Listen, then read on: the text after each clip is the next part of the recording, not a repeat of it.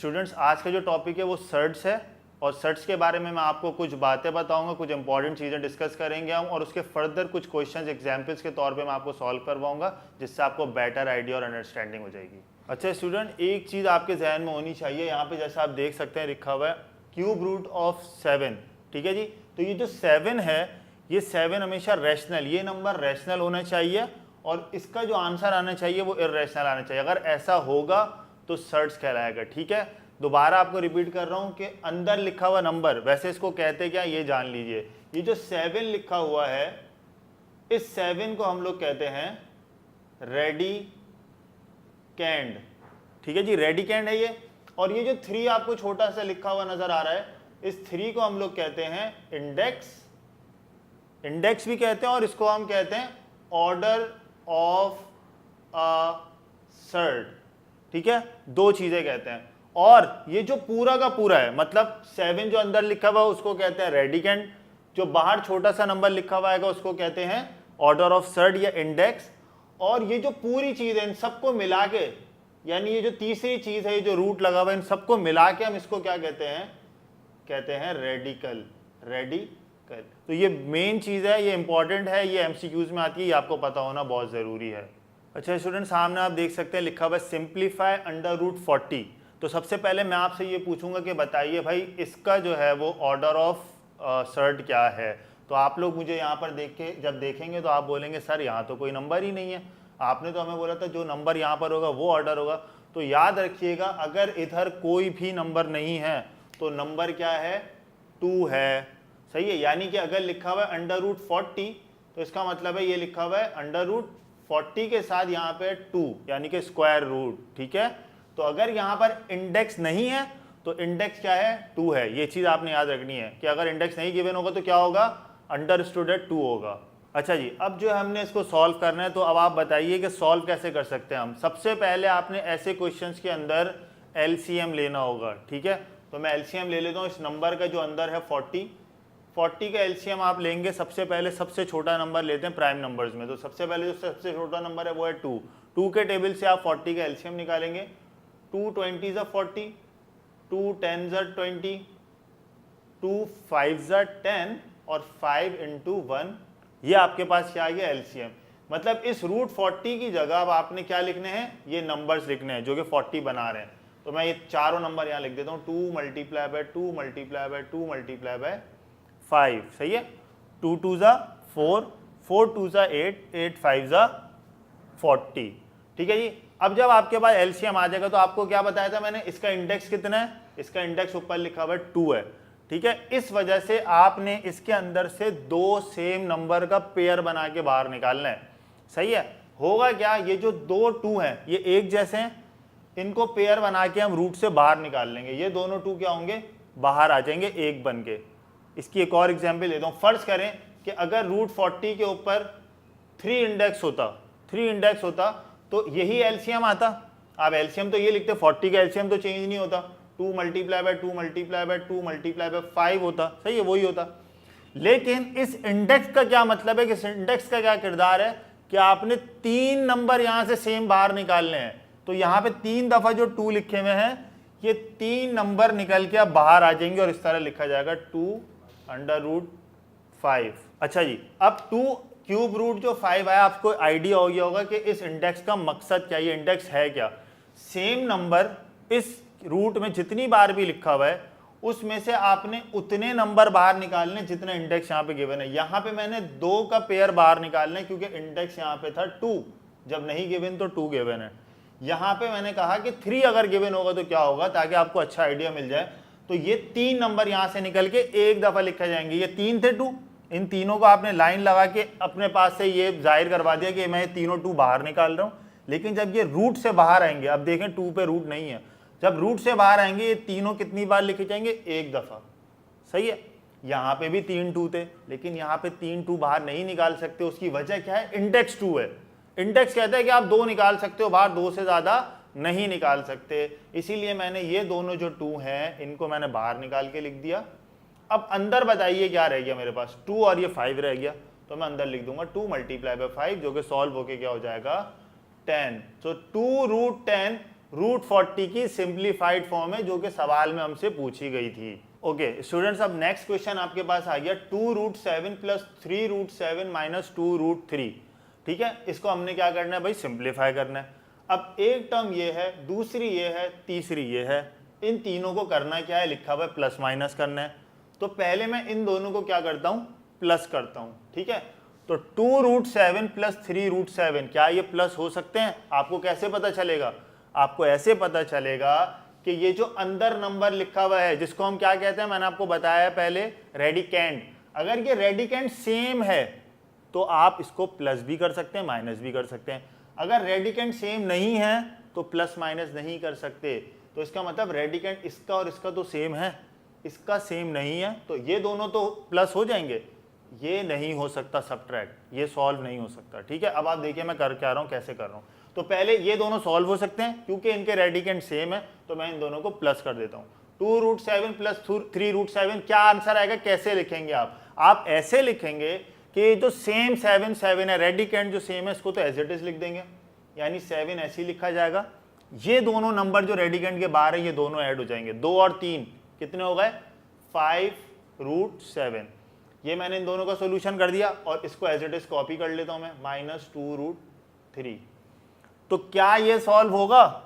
जी नहीं, अभी मैंने आपको बताया। कोई आपसे पूछे क्यों सॉल्व नहीं होगा तो क्या रीजन देंगे आप रीजन ये देंगे कि भाई इसका जो रेडिकेंड है वो 7 है और इसका जो रेडिकेंड है वो 3 है, दोनों अलग अलग रेडिकेंड है, इसलिए सॉल्व नहीं हो सकते। ओके स्टूडेंट्स, ये क्वेश्चन जरा गौर से देखिए, √32 प्लस 7√2। अब मैंने आपको ऊपर क्वेश्चन में क्या समझाया, अगर रूट के अंदर नंबर सेम नहीं है, रेडिकेंड सेम नहीं है, तो सॉल्व नहीं हो सकता। ठीक है, लेकिन हम चाहें तो हम सेम तो बना सकते हैं रेडिकेंड। अब आप बोलेंगे सर आपने ऊपर तो सेम ही नहीं बनाया, तो अब मैं आपको वजह बताता हूँ कि ऊपर सेम क्यों नहीं बना और यहाँ पे मैं सेम क्यों बना रहा हूँ और कैसे बना रहा हूँ। ठीक है, तो जरा गौर से देखिएगा, 2 मिनट का कॉन्सेंट्रेशन चाहिए आपका। √32 ये जो नंबर है इसका पहले मैं ले लूंगा एलसीएम। एलसीएम जब मैं लूंगा तो हो सकेगा कि ये जो रूट है, ये जो रेडिकेंड है, ये 2 बन जाए। ठीक है, तो मैं आपको एलसीएम लेके दिखाता हूँ इसका, √32 का। 32 सबसे छोटा प्राइम नंबर जो 32 को डिवाइड करता है वो क्या है, 2 से डिवाइड कर देंगे इसको। 2 16 जा 32, 2 8 जा, 2 4 जा, 2 2 जा और 2 1 जा। सही है जी। एलसीएम इसका आ गया 5 टाइम्स 2, तो मैं अब √32 की जगह क्या लिखूंगा, 5 दफा 2, 1 2 3 4 और 5 दफा मैंने क्या लिख दिया, 2, क्योंकि ये मल्टीप्लाई होकर क्या बन जाता है, 32। आगे जो लिखा हुआ है प्लस 7√2 वो एज इट इज लिख देते हैं।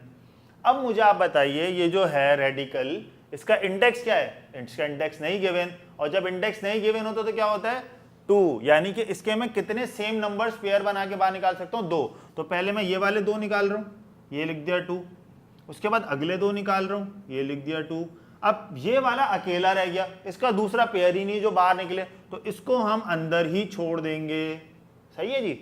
तो ये अब आपके पास हो गया प्लस 7√2 एज इट इज आ गया, और बाकी हम सॉल्यूशन करते हैं। तो बाहर आप देखिए क्या लिखा हुआ, 2 × 2 जो कि क्या बन जाएगा, 4√2। तो मैं यहां पे लिख रहा हूं 4√2 इसका आंसर, प्लस 7√2।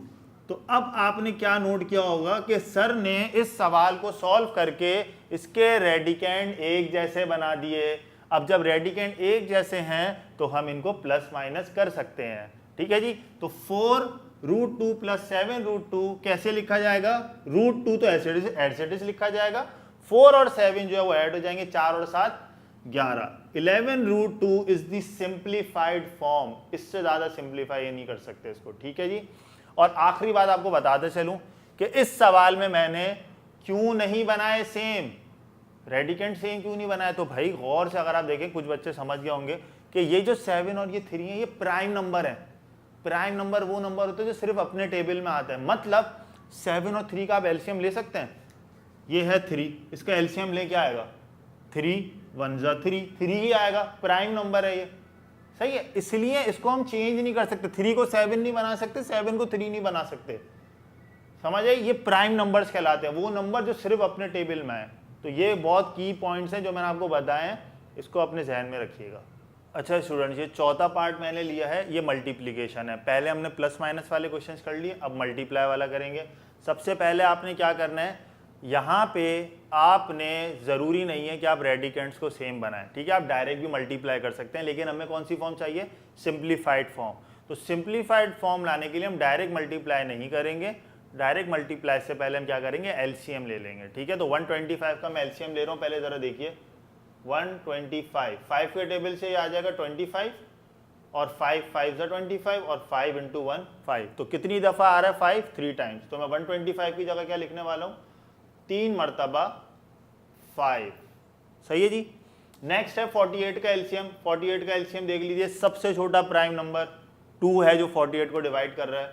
2 24 ज़ा, 2 12 ज़ा, 2 6 ज़ा, 2 3 ज़ा और 3 1 ज़ा। तो 4 दफ़ा 2 लिखना है और 1 दफ़ा क्या लिखना है, 3 लिखना है। तो मैं लिख देता हूँ 4 मरतबा 2 लिख देता हूँ और ये 1 मरतबा 3 लिख दिया है, ठीक है जी। अब क्या करना है, इसका इंडेक्स क्या है भाई, 2 है, तो 2 बाहर निकाल सकते हैं हम रूट से एक जैसे नंबर, तो ये दोनों एक जैसे हैं, बाहर निकाल दीजिए 5 और एक अंदर रह जाएगा 5 रूट के, वो ऐसे लिख देंगे। यहाँ पे देखिए ये 2 का पेयर बना 2 का बाहर और फिर ये 2 का बना ये भी बाहर, तो कितने 2 बाहर आ जाएंगे, अब 2 बाहर आएंगे, 2 मल्टीप्लाई बाय 2। जबकि ये जो 3 है ये अकेला रह गया, तो इसको तो पेयर बना के बाहर नहीं निकाल सकते, ये अंदर ही रहेगा 3, ठीक है जी। ये हो गया है 5 रूट 5 और जबकि ये हो जाएगा 2 2 ज़ा 4 अंडर रूट 3। अब इनकी मल्टीप्लिकेशन करनी है, ठीक है। तो अब याद रखिएगा मल्टीप्लिकेशन में आपने क्या करना होगा, जो नंबर रूट के बाहर है वो नंबर रूट के बाहर वाले नंबर से मल्टीप्लाई होगा, जो नंबर रूट के अंदर है वो नंबर रूट के अंदर वाले नंबर से मल्टीप्लाई होगा। तो यहाँ पे रूट के बाहर 5 है, यहाँ पे रूट से बाहर 4 है, मल्टीप्लाई कर दीजिए, 5 4 ज़ा 20। यहाँ पे रूट के अंदर नंबर 5 है, यहाँ पे रूट के अंदर नंबर 3 है, 5 3 से मल्टीप्लाई कर दें, आपके पास आ जाएगा 15। ये है सिंप्लीफाइड फॉर्म इस सवाल की, इससे ज़्यादा सिंप्लीफाई ये नहीं हो सकता। अच्छा स्टूडेंट्स, ये देखिए अब 162 रूट को डिवाइड करवाना है 144 रूट से, तो पहले हम क्या करेंगे, इनको सिंप्लीफाइड फॉर्म में लाना है, जैसे हमारा सवाल चल रहा है, तो हम पहले इसको एलसीएम लेके इसकी एक सिंप्लीफाइड फॉर्म बनाएंगे, फिर इनको कटिंग करके सिंप्लीफाई कर देंगे। तो 162 का एलसीएम लेते हैं, 162, 2 के टेबल से 2 8 ज़ा 16, 2 1 ज़ा 2। उसके बाद 81 जो है वो 2 के टेबल में नहीं आएगा, कैसे, क्योंकि इसका आखिरी नंबर जो है वो क्या है, ऑड नंबर है, तो ये 2 से डिविजिबल नहीं है। 2 के बाद प्राइम नंबर जो आता है वो है 3। 3 के टेबल में 81 आता है, जी आता है, 3 के टेबल में 81 आता है 27 टाइम्स, 3 2 ज़ा 6, 2 कैरी किया 21 बना, 3 7 ज़ा 21। फिर 3 से करेंगे, 3 9 ज़ा 27, 3 3 ज़ा 9, 3 1 ज़ा 3। 162 रूट की जगह क्या क्या नंबर आ जाएंगे, 2 और 4 मरतबा 3, तो मैं लिख देता हूँ 2 multiply by 3 multiply by 3 multiply by 3 multiply by 3, 4 times 3। इसी तरह 144 का भी एलसीएम मैं यहाँ पे कर रहा हूँ आपके लिए, 2 7 ज़ा 14 और 2 2 ज़ा 4 72, 2 36 ज़ा, 2 18 ज़ा, 2 9 ज़ा, अब 9 आ गया, 9 आप सबको पता है 2 के टेबल से डिविजिबल है ही नहीं, तो 3 से करेंगे, 3 3 ज़ा 9 और 3 1 ज़ा 3, सही है जी। 4 मरतबा 2 और 2 मरतबा 3 आ चुका है, लिख देते हैं यहाँ पे हम 2 multiply by 2 multiply by 2 multiply by 2 multiply by 3 multiply by 3। Index इसका है 2, यानी कि 2 नंबर बाहर निकल सकते हैं, वो भी सेम, उससे ज़्यादा नहीं निकल सकते। तो मैं निकालना शुरू करता हूँ बाहर, ज़रा देखते हैं, यहाँ से ये 3 और ये 3, 2 3 बाहर आ रहे हैं न्यूमिनेटर में ऊपर से, यानी 162 की जगह, तो ये आ जाएगा 3 मल्टीप्लाई बाय 3 अंडर रूट 2। जो सेम थे जिनको बाहर निकाल लिया वो रूट से बाहर आ गए, जो रह गया अंदर, क्योंकि 2 एक और नहीं है तो वो अंदर ही लिखा जाएगा। अब आते हैं इन पे, पहले ये दोनों 2 एक पेयर बना के बाहर निकले, फिर ये दोनों 2 एक पेयर बना के बाहर निकले, और फिर ये दोनों 3 भी बाहर निकल गए, तो रूट के अंदर कोई नंबर नहीं बचा, ठीक है। मैंने देखा है बच्चे ये गलती करते हैं, जब रूट के अंदर कोई नंबर नहीं बचता तो वो रूट के अंदर 0 लिख देते हैं यहाँ पे, या फिर रूट के अंदर 1 लिख देते हैं। यानी कि वो क्या करते हैं, ये लिखने के बाद यहाँ पे साथ में लिख देते हैं √1 या फिर √0। ये आपने नहीं करना, इससे आपका आंसर क्या होगा, गलत हो जाएगा। रूट बस खत्म हो चुका, जब रूट से सब कुछ बाहर आ गया तो रूट खत्म। तो यहाँ पे ये नंबर बचे 3 × 3 √2, 2 × 2 × 3। तो हम इसको क्या करेंगे, सिंप्लीफाई कर लेंगे। आपको पता है ना डिवीजन के अंदर सिंप्लीफिकेशन हो जाती है, 3 और ये 3 क्या हो सकता है, सिंप्लीफाई हो सकता है, कट हो सकता है। तो ये वाला 3 मैंने इस 3 से कट कर दिया। अब ऊपर मेरे पास बचा है 3 √2 और नीचे मेरे पास 2 2 बचे जो कि मल्टीप्लाई होकर क्या बना रहे हैं, 4। 3/4 √2 is the simplified form of this question. ये आपका आंसर है। अच्छा स्टूडेंट्स, आई होप कि ये जो मैंने आपको आज टॉपिक समझाया है सर्ट्स का, इसका अच्छा आइडिया आपको मिला होगा कि सर्ट्स होता क्या है। सर्ट्स के 3 कंपोनेंट्स बताए आपको, रेडिकेंड, रेडिकल, इंडेक्स, इसका क्या काम होता है और इनका सॉल्यूशन कैसे होता है, इनकी एडिशन, सब्ट्रैक्शन, मल्टीप्लिकेशन, डिवीजन के जो क्वेश्चंस मैंने आपको करवाए, आई होप उसका भी अच्छा आइडिया होगा और आप इसको यूज़ करेंगे और आपकी मुश्किलें इससे आसान होंगी। Thank you.